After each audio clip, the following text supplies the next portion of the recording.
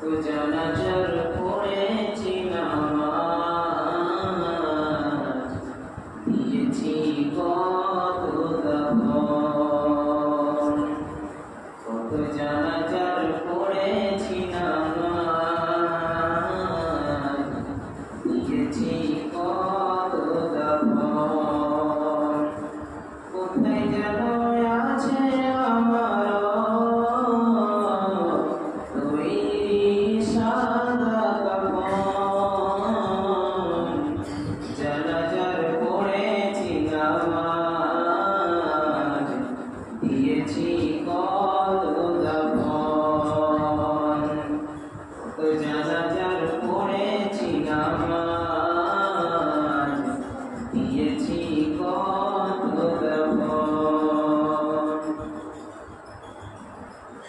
সর্বপ্রথম সেই মহান রব্বুল আলামিনের প্রশংসা করি, যিনি আমাদেরকে এই সাইয়্যিদুল আইয়ামের দিনে আসার পর শুভ জায়গায় বসার তৌফিক দান করেছেন, তাই সকলে বলি আলহামদুলিল্লাহ। তারপর আমাদের ধর্মের গুরু নবী মুহাম্মদ মুস্তাফা সাল্লাল্লাহু আলাইহি ওয়াসাল্লামের উপর শত শত শান্তির ধারা বর্ষিত হোক। আল্লাহুম্মা সাল্লি আলাইহি আল্লাহুম্মা বারিক আলাইহি। আজকে আমি আপনাদের সামনে সূরা বানী ইসরাঈলের একটি আয়াত পাঠ করেছি এবং সঙ্গে নবী সাল্লাল্লাহু আলাইহি ওয়াসাল্লামের একটি পবিত্র জীবনের হাদিস পাঠ করেছি। কুরআন ও হাদিসকে সামনে রেখে পিতামাতার খিদমত সম্পর্কে, পিতামাতার খিদমতের ফজিলত সম্পর্কে কিছু বলার বক্তব্য দেব ইনশাআল্লাহ। পিতামাতা পৃথিবীর মধ্যে মানুষের জন্য একটি নিয়ামত। এই পিতামাতার মাধ্যমে মানুষ পৃথিবীর মুখ দেখেছে। একজন মানুষ এই পিতামাতার খিদমত করে তার জন্য জান্নাতের রাস্তা সহজ হয়ে যেতে পারে।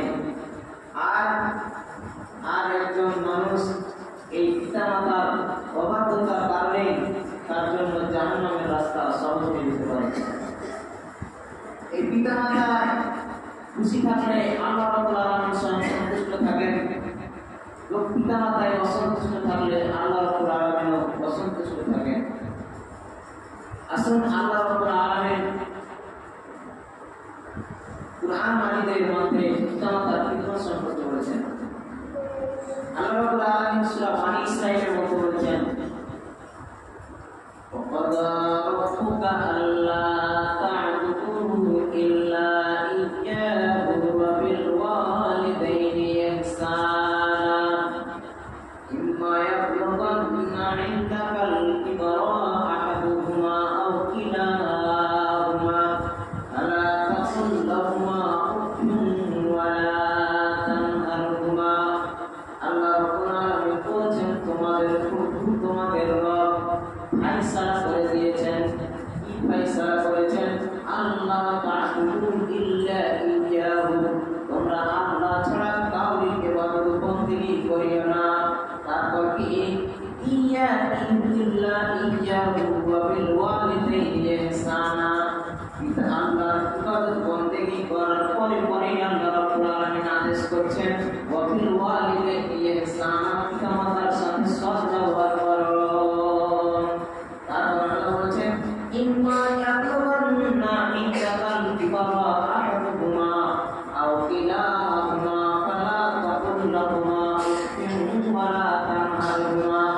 আল্লাহ বলেছেন, তোমাদের পিতামাতার মধ্যে দুইজনকে অথবা একজনকে তোমরা যদি বৃদ্ধ অবস্থায় পাও, আল্লাহ বলেছেন ফালা তাকুল লাহুমা উফফিন, তাহলে তাদের খিদমত করতে গিয়ে তাদের সাথে উঠাবসার চলাফেরার সময় তাদের শব্দটিও বলিও না। ওয়া লা তানহারহুমা, আর তাদেরকে তোমরা ধমক দিয়ে কথা বলিও না, ঝুলকি ফেলে কথা বলিও না। কিভাবে কথা বলবে? আল্লাহ বলেছেন ওয়াকুল লাহুমা কাওলান কারীমা, তোমাদের পিতামাতার সঙ্গে তোমরা নম্রভাবে নম্রতার সাথে তাদের সঙ্গে কথা বলো। ওয়া লা তানহারহুমা ওয়াকুল লাহুমা কাওলান কারীমা। তারপর আল্লাহ বলেছেন ওয়াগফির লাহুমা জানাতুল মিনার রাহমা, তাদের জন্য রহমতের ডানাকে বিছিয়ে দাও, তাদের জন্য কৃপার ডানাকে বিছিয়ে দাও। তারপরে আল্লাহর কাছে ফরিয়াদ করো, আল্লাহর কাছে দোয়া করো, আল্লাহ ওয়াকুর রব্বিরহামহুমা কামা রাব্বায়ানি সগীরা। আল্লাহ আমার পিতামাতা যেভাবে আমাকে শৈশবকালে বাল্যকালে লালন পালন করেছে, আল্লাহ ঠিক সেইভাবে তাদেরকে আপনি ক্ষমা করে দিন। আল্লাহ রাব্বুল আলামিন আয়াতটি প্রথমে নিজের ইবাদতের কথা বললেন, তোমরা আল্লাহর ইবাদত করো, তাছাড়া কাউকে ইবাদত করিও না। তারপর নিজের ইবাদতের পরে আল্লাহ রাব্বুল আলামিন পিতামাতার খিদমতের কথা আদেশ করলেন, পিতামাতার খিদমতের আদেশ করলেন। এখান থেকেও আমরা বুঝতে পারি যে নিজের ইবাদতের পরেই পিতামাতার খিদমতের আদেশ দিয়েছেন, পিতামাতার খিদমতের কতটা গুরুত্ব রয়েছে। তারপর আল্লাহ রাব্বুল আলামিন বললেন যে তাদের দুইজনের মধ্যে একজনকে অথবা দুইজনকেই যদি তোমরা বৃদ্ধাবস্থায় পাও, তাহলে তাদের খিদমত করতে গিয়ে চলাফেরাতে তাদেরকে খুব শব্দ দিয়ে বলিও না, আর তাদের সাথে ধমক দিয়ে কথা বলো না, তাদের সাথে নম্রতার সাথে কথা বলো, নম্রভাবে কথা বলো, আর তাদের জন্য দোয়া করো, তাদের মাগফিরাতে, তাদের ক্ষমার জন্য দোয়া করো আল্লাহর কাছে।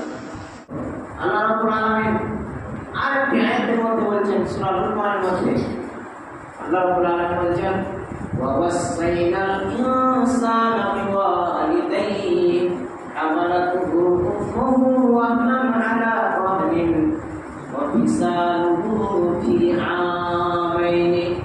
আল্লাহ রাব্বুল আলামিন বলছেন, আমি মানুষদেরকে আদেশ করেছি পিতামাতার সাথে সৎ ব্যবহার করার, ভালো ব্যবহার করার আদেশ দিয়েছি। কেননা তার মা তাকে কষ্টের পর কষ্টে গর্ভ ধারণ করেছে, কষ্টের পর কষ্টে গর্ভ ধারণ করেছে। তোমরা আমার কৃতজ্ঞতা জ্ঞাপন করো আর তোমাদের পিতামাতার কৃতজ্ঞতা জ্ঞাপন করো। ইলাইয়াল মাসির, আর তোমাদের প্রত্যেকটা লোককে আমার দিকে ফিরে আসতে হবে। আল্লাহ রাব্বুল আলামিন এই আয়াতটিতেও পিতামাতার সাথে সৎ ব্যবহার করার আদেশ করলেন। এবার আসুন নবী সাল্লাল্লাহু আলাইহি সাল্লাম পাক জবানে পিতামাতার খিদমত সম্পর্কে কি বলছেন। عن أبي هريرة رضي الله عنه قال جاء رجل إلى النبي صلى الله عليه وسلم فقال من أحق بحسن صحابتي يا رسول الله। আবু হুরায়রা রাদিয়াল্লাহু আনহু বলেছেন, নবী সাল্লাল্লাহু আলাইহি সাল্লামের কাছে একজন লোক এসে বলল, ইয়া আল্লাহর রাসূল, আমার কাছে সবচেয়ে বেশি খিদমতের হক কে রাখে? আমার আত্মীয় স্বজনের মধ্যে পিতামাতা আছে, আমার ভাই বোন আছে, আমার চাচা চাচি আছে, ফুফু আছে, শ্বশুর শাশুড়ি আছে, এতগুলো আত্মীয়র মধ্যে সবচেয়ে বেশি খিদমতের হক কে রাখে? নবীজি বললেন, উম্মুক, তোমার মাতা। তারপর স্বামীকে জিজ্ঞাসা করলেন, আল্লাহ রাসূল, তারপর কে? নবীজি বললেন, উম্মুক, তোমার মাতা। স্বামীকে তৃতীয়বার জিজ্ঞাসা করলেন, আল্লাহ রাসূল, তারপর কে? নবীজি বললেন, উম্মুক, তোমার মাতা। চতুর্থবার স্বামীকে জিজ্ঞাসা করলেন, আল্লাহ রাসূল, তারপর কে? নবীজি বললেন, আবুকা, তোমার পিতা। আল্লাহ রাসূল তিনবার স্বামীকে বললেন, তোমার মাতা। চতুর্থবার বললেন, তোমার পিতা। আমরা এই হাদিসটি থেকে বুঝতে পারি যে পিতার চেয়ে মাতা 3 গুণ বেশি খিদমতের হকদার। পিতার চেয়ে মাতা 3 গুণ বেশি খিদমতের হক রাখে। এবার আসুন, নবী সাল্লাল্লাহু আলাইহি সাল্লামের কাছে একজন সাহাবী এসে জিজ্ঞাসা করলেন, আল্লাহ রাসূল, আইয়ুল আমালি আফদাল? পৃথিবীর মধ্যে নামাজ রয়েছে, রোজা রয়েছে, হজ রয়েছে, যাকাত রয়েছে, অনেকগুলি ইবাদত রয়েছে, সবচেয়ে উত্তম আমলটা কি আল্লাহর কাছে? নবীজি বললেন, আস-সালাতু লিওয়াক্তিহা। সময়ের সাথে সাথে নামাজ পড়া, সেটা হচ্ছে পৃথিবীর মধ্যে সবচেয়ে উত্তম আমল। সাহাবীরা তারপর জিজ্ঞাসা করলেন, আল্লাহ রাসূল, তারপর কোন আমল? নবীজি বললেন বিরুল ওয়ালিদাইন, পিতামাতার খিদমত করা পৃথিবীর মধ্যে সবচেয়ে উত্তম আমল। দ্বিতীয়বার সাহাবীরা জিজ্ঞাসা করলেন আল্লাহ রাসূল, তারপর কোন আমলটি সবচেয়ে উত্তম? নবী সাল্লাল্লাহু আলাইহি ওয়াসাল্লাম বললেন আল জিহাদু ফি সাবিলিল্লাহ, আল্লাহর রাস্তায় জিহাদ করা। তাহলে আমরা এই হাদিসটি থেকে বুঝতে পারলাম পৃথিবীতে সবচেয়ে উত্তম আমল, সবচেয়ে উত্তম আমল নামাজের পরেই পিতামাতার খিদমত করা সবচেয়ে উত্তম আমল। এবার আসুন, জাহিমা নামক একজন সাহাবী নবী সাল্লাল্লাহু আলাইহি সাল্লামের কাছে এসে নবী সাল্লাল্লাহু আলাইহি সাল্লামকে বলছেন, আল্লাহ রাসূল, আমি জিহাদ করতে যাব, আমি আল্লাহর রাস্তায় জিহাদ করতে যাব, মুশরিকদের বিরুদ্ধে, কাফিরদের বিরুদ্ধে জিহাদ করে আমি যুদ্ধে শহীদ হয়ে যাব। আল্লাহ রাসূল, আপনার কাছে আমি এসেছি আপনার সাথে পরামর্শ করার জন্য, আপনার সাথে পরামর্শ করার জন্য এসেছি। নবীজি বললেন, তোমার কি মাতা জীবিত আছে? সাহাবীরা বললেন, আল্লাহ রাসূল, হ্যাঁ, আমার মা জীবিত আছে। আল্লাহ রাসূল বললেন, যাও তোমার পিতা তোমার মায়ের খিদমত করবা, ইন্নাল জান্নাতা ইনদা কাদামি রিজলাইক, কেননা জান্নাত তোমার মায়ের পায়ের নিচে রয়েছে, তোমার মায়ের খিদমত করবা। তাহলে দেখেন আল্লাহ রাসূল সাল্লাল্লাহু আলাইহি সাল্লাম এই জাহিমা নামক সাহাবীকেও জিহাদে না দিতে বলে পিতামাতার তার মায়ের সাথে খিদমত করার হুকুম দিলেন। যাও তুমি নিজের মায়ের খিদমত করবা, মায়ের খিদমত করেই তুমি জান্নাত পেয়ে যাবে। তাহলে পিতামাতার খিদমতের গুরুত্ব, তাৎপর্য এখান থেকে এই হাদিস থেকে আমরা বুঝতে পারলাম। এবার আসুন, আমাদের পিতামাতা যদি মুশরিক হয় তাহলে কি করতে হবে? আসুন, আসমা বিনতে আবি বকর নবী সাল্লাল্লাহু আলাইহি সাল্লামের কাছে এসে বলছেন, আল্লাহ রাসূল, আমার মাতা মুশরিকা, আর সে আমার কাছে আসে, আল্লাহ রাসূল, আমাকে কি তার সঙ্গেও সৎ ব্যবহার, ভালো ব্যবহার করতে হবে? সেই মুশরিকা মায়ের সাথে কি আমাকে ভালো ব্যবহার করতে হবে? আল্লাহ রাসূল সাল্লাল্লাহু আলাইহি সাল্লাম বললেন, হ্যাঁ, নাম সিলিহা, যা, হ্যাঁ, তোমার মায়ের সাথেও, সেই মুশরিকা মায়ের সাথেও তোমাকে সৎ ব্যবহার করতে হবে, তারও তোমাকে খিদমত করতে হবে। তাহলে আমরা এই হাদিসটি থেকে বুঝতে পারলাম যে আমাদের মাতা যদি মুশরিকা হয় তাহলে আমাদের মায়ের খিদমত করতে হবে। আর একজন মুশরিকা মায়ের যদি খিদমত করতে হয় তাহলে যার মা মুসলিমা আছে, মুমিনা আছে, তাহলে তার মাতার খিদমত কতটা করা জরুরি আমরা হাদিসটি থেকে বুঝতে পারলাম। এই পিতা মাতার খিদমত সম্পর্কে নবী সাল্লাল্লাহু আলাইহি সাল্লাম বলেছেন, রিদা রাব্বি ফি রিদাল ওয়ালিদ ওয়া সাখাতুর রাব্বি ফি সাখাতিল ওয়ালিদ।